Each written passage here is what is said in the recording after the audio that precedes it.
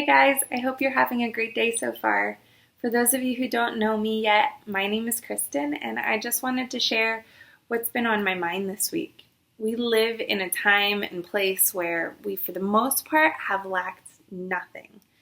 With ease, we can order just about anything we want and have it delivered to our front door, or dream about some faraway beach and book a flight in seconds. We live in a day and age with unprecedented wealth and comfort. Yet we also have unprecedented depression and anxiety. The past few days, I've been thinking a lot about what to share with you, and I couldn't shake this idea of contentment.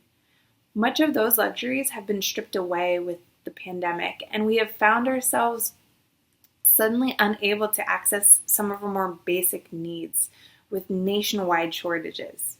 In the best scenarios, we've been left dreaming about our favorite restaurants or mourning the cancellation of our dream vacation. In the worst scenarios, our family members are fighting a new and unknown illness, or we're wondering how to pay our rent because our job had to shut down. In every case, we are called to be content with what we have and with what we don't have. Paul says in Philippians 4:11-13, I am not saying this because I am in need, for I have learned to be content whatever the circumstances. I know what it is to be in need, and I know what it is to have plenty.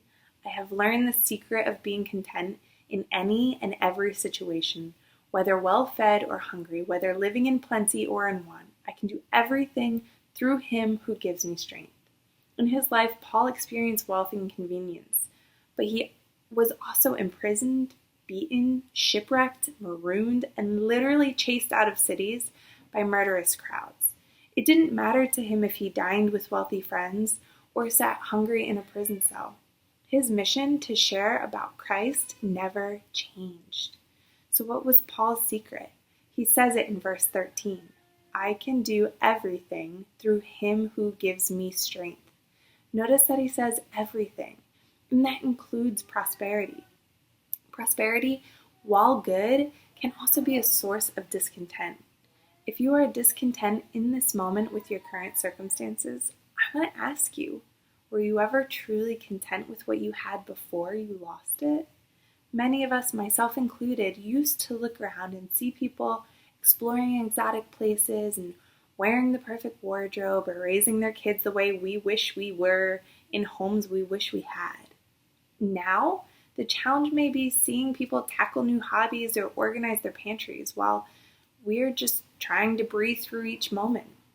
Let me be clear. Comparison kills contentment, and it will lead to a lack of generosity. The more we look to the abundance of others, the more we believe we don't have enough. On the flip side of prosperity is the challenge to be content with very little. Years ago, I had the amazing opportunity to spend some time on the Solomon Islands, a little cluster of islands in the Pacific Ocean. The village I stayed in had a line of one-room houses sitting on the shore, and in those homes lived some of the most amazing people I've ever met. They opened their homes to me, they shared their food, and offered up heartfelt prayers for my family. They didn't have much. They didn't have cars, computers, or even ovens, but they had so much joy. Why? What made them different from those of us with access to Amazon Prime?